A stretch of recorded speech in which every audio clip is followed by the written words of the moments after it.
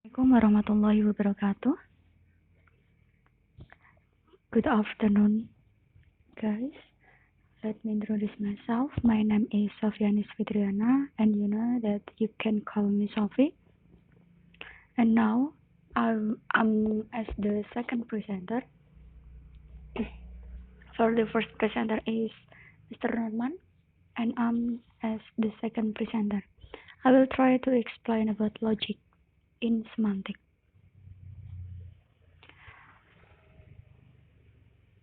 Okay. Logic can help the meaning of a sentence. Logic starts from observing the principles of validity of arguments and inference. And semantic logic refers to the approach that logicians have introduced to understand and determine part of the meaning. Their interest in logicians are traditionally not interested in sentences, but in propositions, an ideal sentence that is suitable for logical manipulations. There are many points based on the logic. For the first is logic deals with meaning in a language system, not with actual behavior of any sort. And then logic deals most centrally with propositions. And logic or logical do not apply directly to utterances. And logic tells us nothing about goals or assumptions or actions in themselves. So, what is a logic? For all of the definitions, logic is an intercultural relationship or statement. However, that is often and will be further reviewed in logic material is related to propositions. And now, there are many factors in a logic include of rational behavior. There are 3 points. For the first is goal, the second is assumption and knowledge about existing states of affairs, and the last is calculations based on this assumption and knowledge. For the first one, it's about goal. In speaking, of course, it has a meaning and purpose. So that's in a reality. Like, I study so I can enter the best university. This is the example. I study so I can enter the best university. In the sentence, the word so that you can enter the best university is it. This is a goal of the sentence. And the next is assumptions and knowledge about existing states of affairs. This explains that logic will form assumptions on what is seen and felt at the moment. Logic will work according to what happens in front of it. For the third is about calculations based on these assumptions and knowledge. It aims to distinguish temporary assumptions from actual knowledge or event. So it's not just an assumption without evidence. This is for the example. For the goal or the purpose in order to enter to the best university. This is the purpose or the goal of the sentence. And then for assumption and knowledge, study is needed in order to enter to the best university. Okay, for the next is sorry. There are two kinds of contradiction. For the first is logical contradictions. The second is arithmetical contradiction. Logical contradiction consists of logical incompatibility or incongruity between two or more propositions. It occurs when the propositions taken together yield two conclusions which from the logical, usually opposite inversions of each other. For the example is all men are mortal and some men are not mortal. This is an example of logical contradictions. For the second is arithmetical contradiction. Arithmetical contradiction include of prepositions or statements that have value truth. However, this is not always true. Why? Because it simply provides rules for calculations which may be used to get a rational being from goals and assumptions to actions. There is a close analogy between logic and arithmetic, which is why we have used the word calculations. For arithmetical fact doesn't mean just fact involving numbers in some way, but rather fact arising from the system of rules of defining additions, subtractions, multiplications, and division. A similarity between arithmetic and logic is unthinkability of alternatives. For example, 2 plus 2 become 5. It is unthinkable.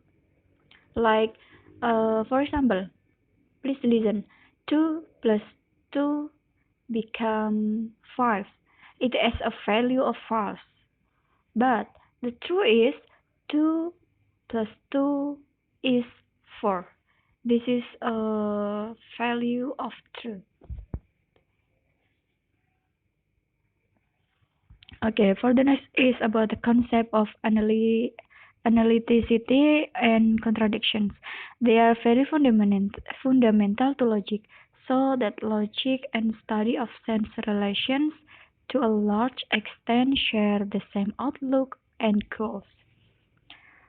This is the example from contradictions. John is here and John is not here. For the analytic, either John is here or John is not here. For the first one,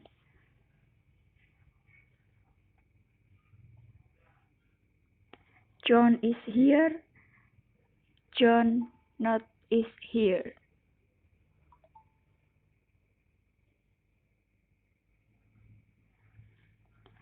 It means that John here, there are two sentences. John is here and John is not here. This is a contradiction. John is here become a positive sentence, but John is not here become a negative sentence. They are not same, so it called by contradictions. Then either John is here or John is not here. Include of analytic.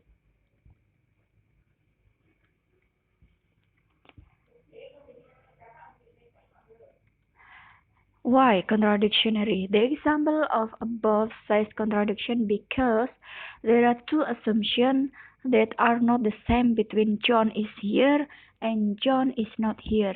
The two statements are contradictory. They are different things, then called a contradiction in contradictory sentence. And for the second example is about analytic. Either John is here or John is not here. The sentences show that there are still uncertain assumptions about where is John because there is no evidence.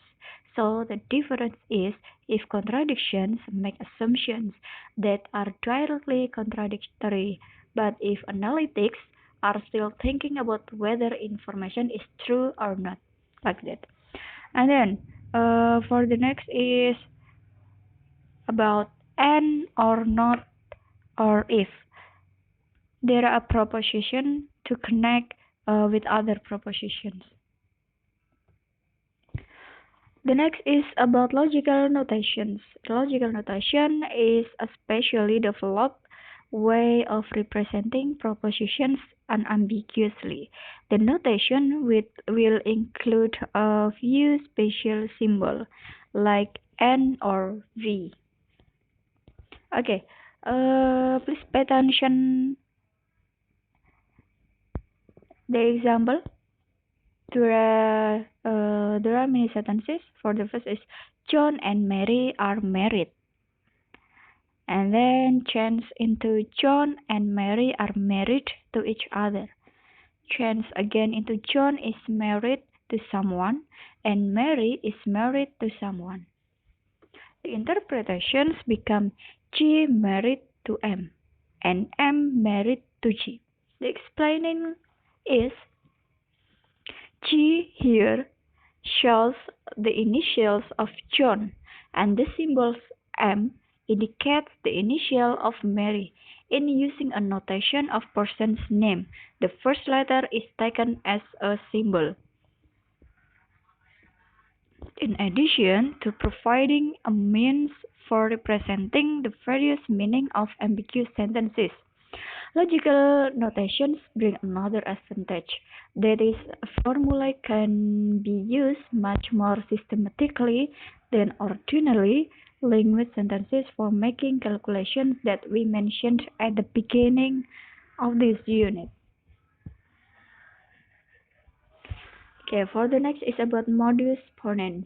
Modus ponens is a rule stating that if a proposition P entails a proposition Q and P is true, then Q is true. In ponens mode, there are several different premises as in the example. P, Q, P, Q, P, and then become Q, just Q. The formula above, the line in this diagram represent the propositions which are premises or the argument. For the example, if John bought a car, this is a P premise, and then he must make a driving license. This is a Q premise. Then he did buy that car. P premise again. So therefore he did get a driving license. This is the result of premise P and Q become a Q. So therefore he did get a driving license. That's all. Okay, for the conclusions is logic deals with meaning and language system like propositions, not with actual behavior, although logical calculations are an ingredient of any rational behavior. A system for describing logical thinking contains of notations for representing propositions unambiguously, and rules of inference defining how prepositions go together to make up valid arguments. Because logic deals with such very basic aspect of thought and reasoning, it can sometimes seem as if it stating the obvious.